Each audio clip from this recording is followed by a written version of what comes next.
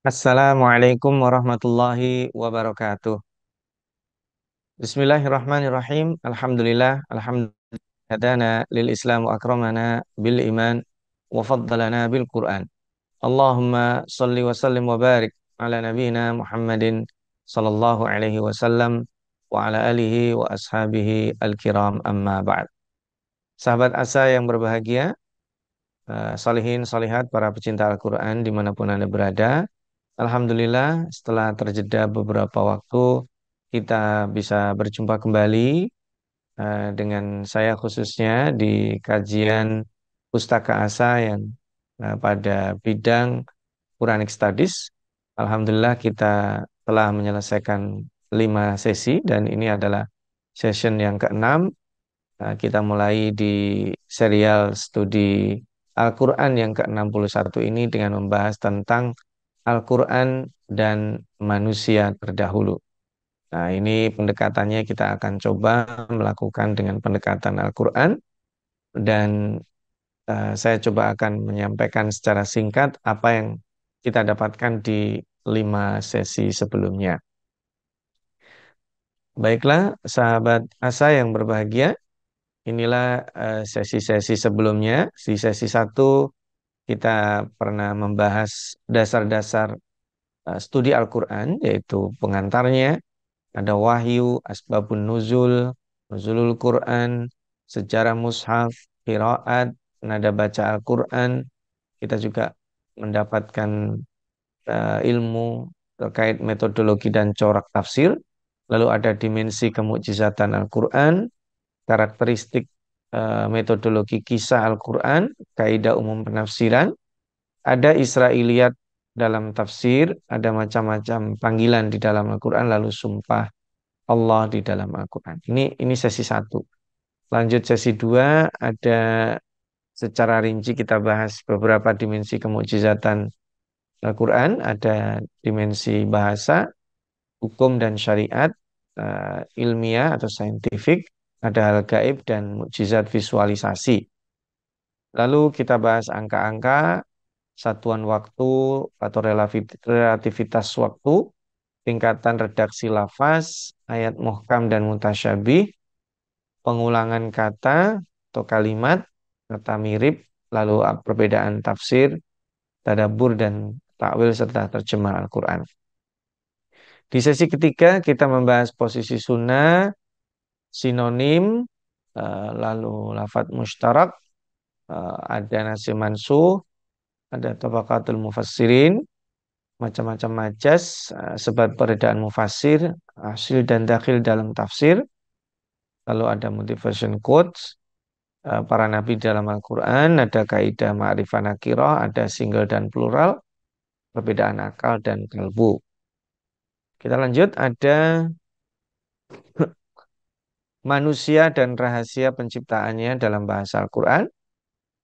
Lalu ada kehidupan alam barzah, tema hari kiamat, kata penghubung atau ataf dalam Al-Quran, pengecualian atau istisna dalam Al-Quran, lalu ada jasa trenik, ada derivasi, lawan kata, sajak, ungkapan takjub, lalu ayat yang pertama dan terakhir terturunkan, larangan dan perintah di dalam Al-Quran. Ini sesi keempat kita bahas.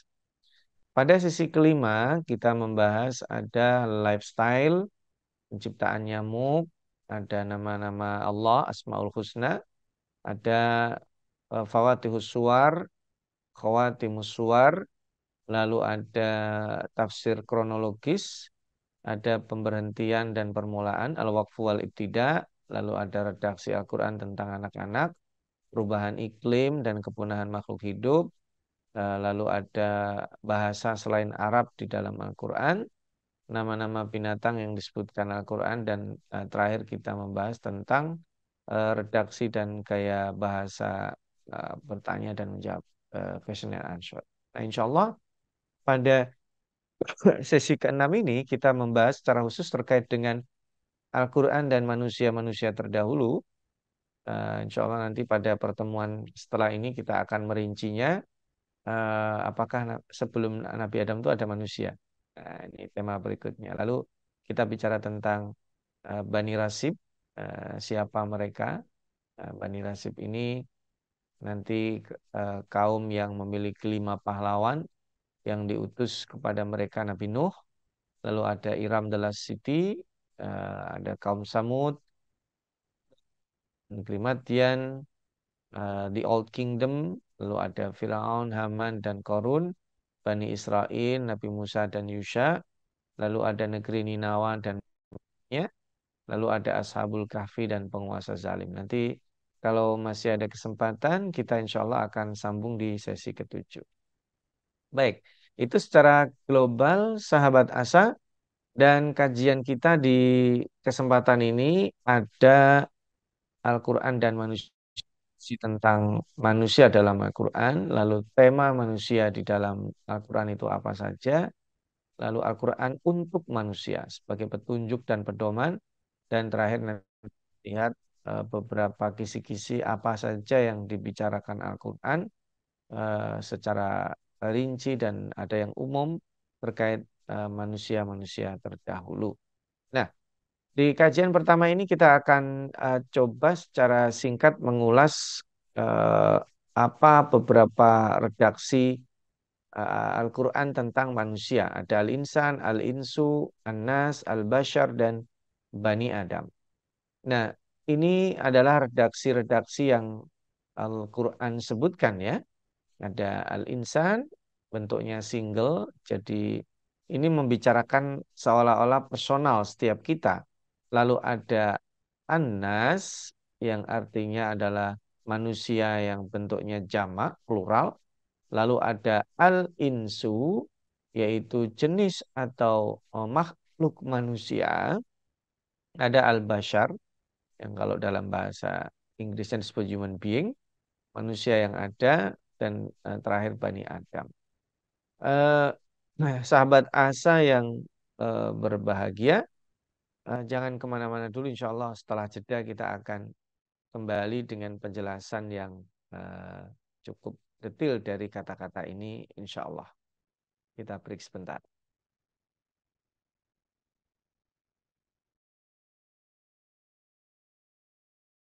Menuntut ilmu adalah sebuah jalan yang akan mengantarkan manusia pada kemuliaan. Dengan ilmu, manusia mendapatkan panduan untuk berpikir dan bertindak.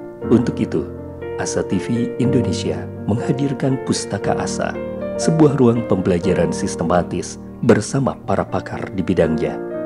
Quranic Studies Series, Quranic Life, Prophet Manner, dan berbagai bidang keilmuan yang dibahas dengan cara menyenangkan. Pustaka Asa hadir setiap Sabtu jam 19.30 waktu Indonesia Barat, hanya di Asa TV Indonesia. Sahabat Asa, kita kembali dan akan kita bahas secara rinci ya. Apa itu perbedaan kata-kata ini di dalam Al-Quran? Kalau dulu pernah kita bahas ya, dan Al-Quran ini terkait dengan penciptaan, silakan nanti dirujuk kembali dalam kajian di sesi sebelumnya. Penciptaan manusia dengan kata-kata yang berbeda. Kalau ini kata manusianya. Al-insan di dalam Al-Quran, insan ini menilik secara personal ya, sisi karakternya, bahwa manusia adalah makhluk yang lembut, makhluk yang perlu orang lain, makhluk yang tidak bisa hidup sendirian. Ada dimensi spiritual, rohani yang non fisik. Ini berbicara tentang non fisiologi kalau berbicara al-insan. Makanya nanti pembahasan al-insan, dan bahkan ada di dalam Al-Quran namanya surat itu al-insan, itu bicaranya biasanya bicara tentang karakter non fisik. Manusia itu tergesa-gesa, manusia itu suka mengeluh ya. Manusia itu punya hawa nafsu, manusia memiliki jiwa-jiwa yang tidak stabil, yang defaultnya di dalam surat Al-Insan, di dalam surat Al-Qiyamah ya, itu disebut dengan an-nafsul lawwamah. Manusia memiliki jiwa yang resah, gundah, gelisah. Jadi kalau dia melakukan penyelewengan atau kesalahan, defaultnya itu dia nyesal dan ingin memperbaiki. Tetapi nanti kalau dia memperbaiki, akan naik jiwanya menjadi an-nafsul mutmainnah, Tapi kalau dia kemudian hanya angan-angan saja dan terus melakukan penyelewengan atau maksiat dan kesalahan, maka dia akan terdowngrade menjadi an-nafsul ammarah bisu. Nah, maka secara etimologi manusia dari kata al adalah makhluk yang lembut. Nah, lembut itu sebenarnya dia punya perasaan, ada atifah, tapi wujudnya kasar. Nah, berbeda dengan al-jinnu, yaitu makhluk yang tidak terlihat, tetapi dia bisa jadi lebih kasar dari manusia, dan umumnya begitu. Karena kalau adu emosional, ya, eh, maka manusia ini paling menang. Dia harusnya menjadi makhluk yang punya kepekaan yang tinggi terhadap sesamanya. Nah, ini kalau kita bicara kasus yang terjadi sekarang di Palestina, itu bukan manusia. Namanya saja manusia, tapi sifatnya lebih buruk dari jin yang paling kasar. Nah, karena sudah tidak punya empati, mereka membrutal, menjalimi rakyat sipil, terutama adalah perempuan dan anak-anak. Oke. Al-insu itu biasanya disandingkan dengan al-jinnu supaya ada perbedaan. Dan al-insu itu juga dari kata-kata al-unsu, berarti jinak, harmonis, makhluk yang tampak bisa dilihat. Nah, baik, kita geser. Kalau anak itu bentuk plural dari al-insan. Ya, di dalam Al-Quran, kata anas ini lebih banyak daripada al-insan. Nah, ini mengarah pada anas berarti pada interaksi sesama manusia kebanyakan. Dan ini juga ada dipanggil Allah. Ya ayuhan nas, inna khalaqnakum min dzakarin wa unsa. Berarti kan berbicara tentang bagaimana seharusnya manusia berinteraksi. Ya ayuhan nas, su'budu rabbakum. Wahai manusia, seharusnya kalian menyembah Allah, Tuhan kalian. Tetapi sebagian tidak mau. Wahai manusia, nah ini yang menarik. Ada panggilan manusia, tetapi disuruh makan halal. Yang tahu halal haram itu kan orang yang tahu syariat. Tetapi kemudian disuruh untuk makan halal itu juga semua manusia. Ini juga menandakan satu istilah yang sangat luar biasa dari Al-Quran. Bahwa halal lifestyle itu menjadi kebutuhan manusia secara umum dan masa depannya menjadi bisnis yang peluang luar biasa bagi umat Islam. Karena halal lifestyle itu tidak hanya dibutuhkan oleh orang beriman, tetapi juga perlu disosialisasikan hidup dengan halal lifestyle itu mendapatkan kesehatan lahir dan batin. Itu juga bagian menarik yang pernah kita bahas pada eh, sesi sebelumnya terkait dengan halal lifestyle. Nah, kenapa ada kata anas ini? Karena anas ini tidak berubah standarnya. Manusia dimanapun berada, inna akromakum indallahi atqakum, standar kebaikan seseorang dalam sebuah komunitas itu bukan gantengnya, bukan kayanya, bukan apa-apanya, tetapi yang paling bertakwa. Ada standar yang kumulatif atau bukan standar yang sifatnya materialistik, kebendaan. Nah, ini Anas ini standarnya adalah dari Allah. Bagaimana mengatur hubungan dengan sesama mereka. Ya. Ada kita lihat juga kata Anas ini berasal dari ada yang mengatakan nawasa, ada yang mengatakan dari nasa ya nusu, ada yang berkata dari nasia juga. Nah, ini sifat-sifatnya dikumpulkan semua, bukan secara personal. Jadi manusia itu fluktuatif, mudah tergoncang, nasia itu juga pelupa. Jadi dikatakan manusia ya karena lupanya dia. Tapi jangan jadi alasan kalau kita lupa terus lebih dari bukannya sekali dua kali, selalu lupa. Nah, itu keteledoran dan kurang disiplin kira-kira. Nah, berikutnya al-bashar. Nah, al-bashar ini eh, eh, lebih kepada jenis makhluk hidupnya. Makhluk yang ada, apa adanya gitu ya. Kalau dalam bahasa Inggris kita sebut human being ya. makhluk fisik yang terlihat. Bisa dirasa keberadaannya, bisa diterbak, bisa diterka. Ya. Dan karena itulah pada kisah Nabi Yusuf, perempuan-perempuan yang melihat ketampanan Nabi Yusuf itu kan dia eh, melukai tangannya. Dan dia mengatakan apa? Mahada basyara. Mahada basyara. Itu takjub. Dia mengatakan kok bukan mahada insana misalnya. Atau mahada nas. Tapi mahada basyara. Mengisyaratkan bahwa basyar ini lebih kepada dimensi fisik. Jasmani yang lebih dominan. Eh, Seperti misalnya kalau dalam surat Al-Furqan dituduhkan oleh orang-orang kafir. Kenapa Nabi itu seorang basyar? Nah, berarti fisik. Ada kebutuhan fisik seperti apa? Makan, berjalan di pasar. Nah, itu menggunakan kata-kata basyara. Nah, jadi dimensi fisiknya itu lebih dominan dibanding dari dimensi spiritual dan rohani yang lebih sering digunakan bahasa al-insan. Kalau basyar ini dimensi nampak yang terlihat. Lalu yang terakhir adalah kata Bani Adam. Bani Adam ini lebih kepada penekanan bahwa manusia itu keturunan Nabi Adam. Nah, seperti kita tahu Nabi Adam itu bukan hasil evolusi dari makhluk lain. Jadi kalau teori Darwin mengatakan Nabi Adam, bukan Nabi Adam, manusia secara umum itu merupakan eh, antropus, makhluk antropus, keturunan sejenis kera, itu teori evolusinya Darwin. Sebagai sebuah teori kita menghormati, tetapi itu bertentangan dengan teori kita. Nah, nanti kita akan bahas lebih dalam pada pertemuan berikutnya. Apa ada manusia sebelum Nabi Adam? Nanti kita bahas.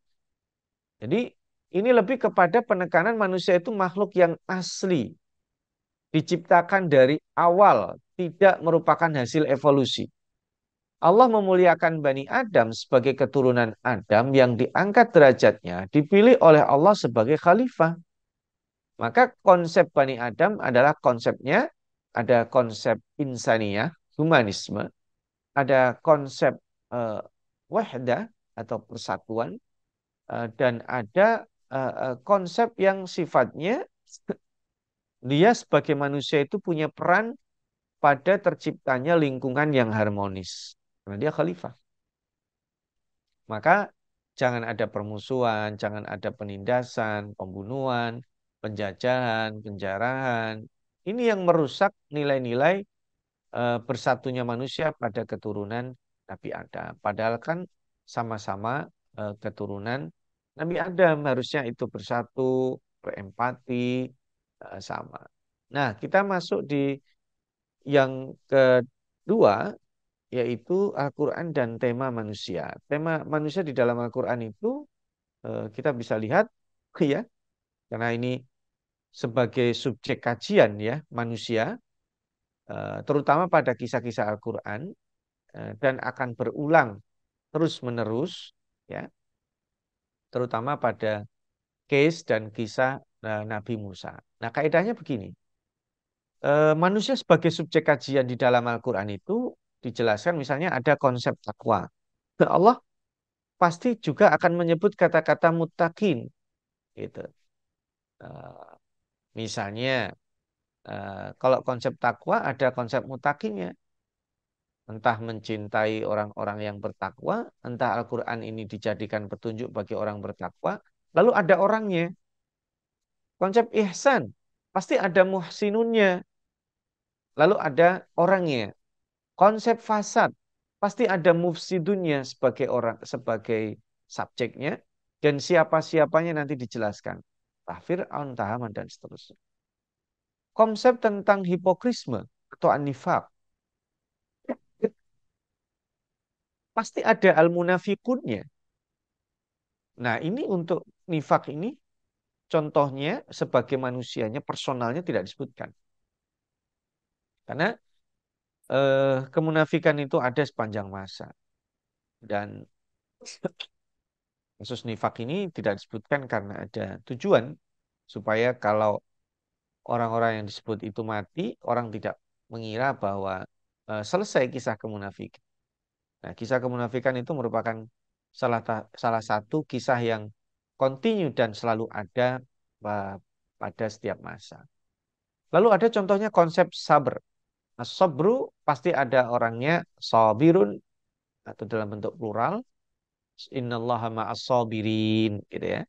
Atau dalam bentuk yang single tapi superlatif, sabar, orang yang sangat sabar sekali. Nah, ini kisahnya pada Nabi Ismail dan seterusnya. Konsep ikhlas juga begitu. Ada mukhlisin, ada mukhlasin. Dan itu nanti ada contohnya para nabi.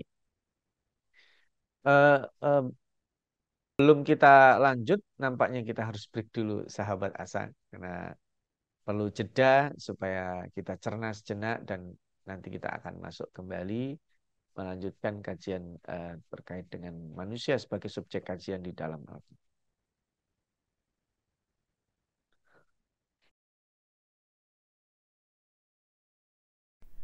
Saat hari Senin tiba, banyak orang yang merasakan malas dan tidak bersemangat menjalaninya. Tapi sekarang tidak boleh lagi terjadi. Tonton saja I Love Monday di Asa TV Indonesia. I Love Monday menghadirkan pembahasan mencerahkan dan aplikatif yang dikemas dalam I Love Myself, I Love My Job, I Love My Prophet, dan satu segmen spesial Solve with Love. I Love Monday setiap hari Senin di Asa TV Indonesia. Inspirasi keluarga Islami. Sahabat Asa, kita kembali dan kita lanjutkan di sesi ketiga ini. Kita ambil salah satu contoh, sahabat Asa. Ada konsep al-ihsan. Al-ihsan itu konsepnya adalah menjadi salah satu ya, bukan konsep ihsannya. Salah satu konsep ihsannya itu adalah menjadi baik dalam setiap dimensi, semua dimensi, dan menjadi baik dalam segala situasi. Nah, itu nanti ada konsepnya itu dijelaskan ada selain ihsan ada muhsinun. Eh, Selain ihsan ada muhsinun. Kalau ihsan itu dalam walidaini ihsana. Konsep ihsana dalam berbuat baik pada orang tua itu kan maksimal ya. Dalam keadaan apapun orang tuanya buruk ya kita tetap berkewajiban untuk berbuat ihsan birrul walidain. Orang tuanya musyrik, orang tuanya muslim, orang tuanya beriman, konsep birrul walidain itu tidak tergantikan. Nah, itu ya konsepnya. Maka nanti ada muhsinun. Orangnya, salah satu teladannya adalah Nabi Yusuf. Dimensi ihsan itu kan luas. Ada dimensi ihsan ideologis, menjadi baik secara ideologis, beres kita antara kita dan Allah. Ada ihsan yang sifatnya dimensinya humanis dengan sesama manusia. Dan ada ihsan yang sifatnya ekologis, berarti dia tidak merusak lingkungan. Dia adalah orang yang merawat lingkungan. Dia adalah orang yang melestarikan lingkungan. Orang yang aware, punya awareness terkait dengan lingkungan yang seharusnya dia jaga dari potensi kerusakan. Nah, demikian juga pada situasi, ihsan itu di saat sulit, di saat lapang sama. Dan ini terjadi pada Nabi Yusuf. Dia dizolimi, dipenjara, bahkan tidak terbukti salah, tidak ada pengadilan, tidak didampingi lawyer, tidak ada vonis, tapi dia tidak pernah mendendam. Ya. Atau dulu dimasukin ke sumur ya. Maka saat dia lapang dan berkuasa juga demikian. Dia menjadi menteri dan perdana menteri di Mesir sehingga punya kebijakan yang berpengaruh. Saat ada orang datang meminta, dia tetap kasih. Makanya kita bisa lihat di dua ayat yang berbeda, 36 dan 78 surat Yusuf, Nabi Yusuf itu disebut sama. Inna naraka minal muhsinin di penjara. Inna naraka minal muhsinin di istana. Artinya pada saat dia di penjara baik, pada saat dia di istana baik, nggak berubah, kebaikannya nggak luntur. Makanya nanti di ayat 56 itu di jeda antara keduanya Allah mengatakan apa? Setelah Allah pastikan bahwa Yusuf akan diangkat derajatnya, wa kadzalika makkanna li Yusufa fil ardi yatabawwa'u minha haitsu nasha nusibu man nasya wa la nudhi'u ajral muhsinin. Masya Allah. Orang-orang muhsinin itu tidak akan disia-siakan oleh Allah. Pasti akan dibalas dan akan dimuliakan derajatnya. Akan diangkat derajatnya. Nah ini secara situasionalnya begitulah Allah Subhanahu wa taala akan muliakan para muhsinin. Ini salah satu contoh ya konsep. Lalu ada bagaimana orangnya dan ini contohnya adalah. Nah, kenapa demikian? Karena Al-Quran ini merupakan petunjuk bagi manusia. Ada dua kata. Kita bisa mengatakannya dari surat Al-Baqarah 185. Al-Quran disebut hudan linnas. Ya, ini potensi penunjuk untuk semua manusia. Hudan linnas. Ibaratnya buku itu ada di mana-mana. Kalau panduan kota, misalnya saya tinggal di Jakarta ya, panduan kota Jakarta itu harusnya ada di begitu seorang di bandara, di halte bus, di stasiun kereta, di toko-toko buku, di tempat-tempat publik. Sehingga orang semuanya bisa menjangkau peta kota Jakarta dan kebutuhannya yang menjadi petunjuk kalau saya mau traveling di kota Jakarta. Nah, tapi faktanya tidak semua orang itu menggunakan petunjuk itu. Nah, ini. Makanya hutan lintas itu potensi petunjuk ada di mana-mana, kapan saja bisa dipelajari, bisa diakses oleh manusia. Karena dia terjaga dari distorsi, terpelihara otentisitasnya dan originalitasnya. Tapi orang yang menggunakan itu, orang yang mau menjadikannya petunjuk, nah itulah orang-orang yang bertakwa. Makanya Al-Quran itu selain hudan lintas, itu yang lebih umum, secara spesifik Al-Quran itu hudan lil muttaqin. Nah, kenapa? Karena orang-orang ini menggunakan petunjuk itu, diamalkan. Nah, lalu disebut karakter orang bertakwa adalah ini. Itu kira-kira. Nah, eh, kita coba masuk. Apa dan bagaimana Al-Quran menyebut manusia-manusia terdahulu. Karena Al-Quran ini merupakan rujukan kisah-kisah manusia. Kisah-kisah yang disebutkan umat terdahulu. Contohnya, nah ini dia. Manusia dan umat terdahulu yang disebut di belum bicara detail-detailnya, itu yang disebutkan bukan fiktif, kisah nyata. Jadi kalau kita kembali kepada kaidah di sesi satu yang kita bahas tentang metodologi kisah, semua kisah Al-Quran disebut itu adalah kisah nyata, bukan fiktif, bukan dongeng. Tetapi fokusnya adalah pada nilai pembelajaran. Maka kadang namanya tidak disebutkan, tidak merinci, bahkan kadang eh, eh, siapa saja yang terlibat itu tidak beda dengan film atau novel atau buku cerita. Karena ini fokusnya pada nilai pembelajaran. Kadang bahkan setting tempatnya tidak ada. Suasana detailnya tidak disebutkan. Ada juga yang diulang-ulang, ya, seperti karakter Nabi Musa, karena ini nanti menjadi pembelajaran penting bagi manusia. Atau disatukan jadi satu tempat di surat Yusuf. Ini pendidikan karakter yang utuh. Nah, ini kita bisa lihat eh, contohnya seperti apa sahabat Asa. Nah, ini nanti yang akan kita kaji pada pertemuan kita nanti ya.